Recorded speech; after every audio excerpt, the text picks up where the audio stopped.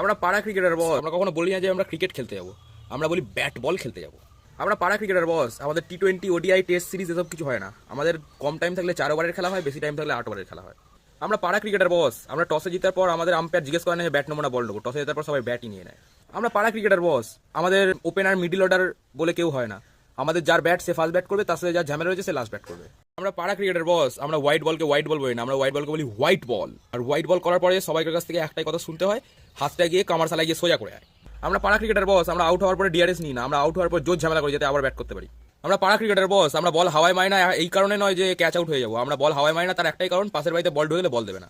আমরা পাড়া ক্রিকেটার বস, আমরা ক্যাচ উঠলে ক্যাচ ইট বলে উঠি না, ক্যাচ উঠলে বলি ক্যাচ মিস করলে জুতো ছুড়ে মারবো। আমরা পাড়া ক্রিকেটার বস, আমরা আউট হয়ে গেলে মাথা নিচু করে প্যাভিলিয়নে ফিরে যাই না, আমরা আউট হয়ে গেলে উইকেট ব্যাট নিয়ে সোজা বাড়ি চলে যাই।